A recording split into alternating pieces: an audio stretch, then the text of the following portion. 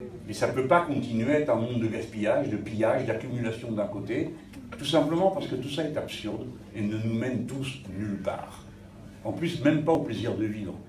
Ben, Dieu, il faut maintenant se méfier de respirer, où on va, quoi. Il vous reste quoi après, hein? Bon, voilà. Je ne sais pas comment je suis arrivé à vous tenir la grappe comme ça. Mes amis,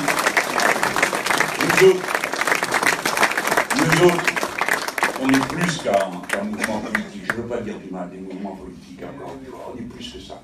On est une philosophie de la vie. Ce qui nous fait d'abord mettre en mouvement, c'est un regard sur la vie, sur les autres. Et après, le reste, c'est de l'intendance. C'est les idées qui suivent. Hein. On n'aime pas voir des gens souffrir et rien faire. Et on a honte de nous quand on n'est pas capable de faire quelque chose. On n'y est pour rien, pourtant on a quand même honte. Hein.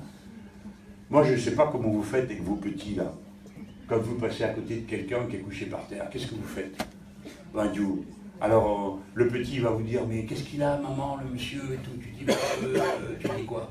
Tu vas apprendre à tes gosses à devenir cruels, à dire, écoute, ils se débrouillent. Tu ne le fais pas. Tu vas trouver quelque chose à dire. Une fois, deux fois, la troisième, le petit te demande pourquoi tu es toujours en train de parler et tu ne fais rien. Parce que vous les avez bien éduqués. Donc, ils savent que parler, ça ne suffit pas. Il faut faire aussi. C'est un monde qui contamine par sa dureté et sa violence, même quand on ne veut pas.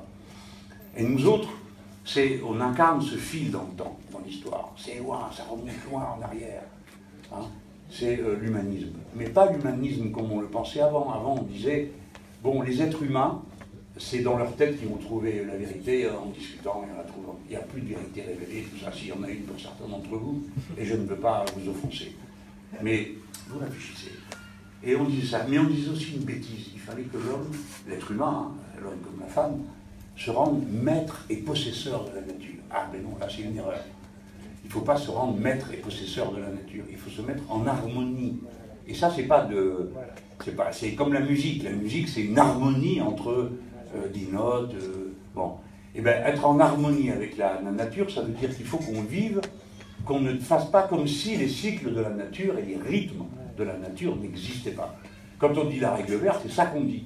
C'est on ne prend pas plus à la Terre qu'elle est capable de reconstituer. C'est un défi technique. C'est mettre en harmonie des rythmes. C'est ça que nous représentons. Je prends cet exemple et je vous promets, je vais m'arrêter de vous parler. Mais nous incarnons une idée de la vie et du sens de l'existence, hein, que nous donnons à la nôtre individuellement et que nous voulons donner à la société tout entière.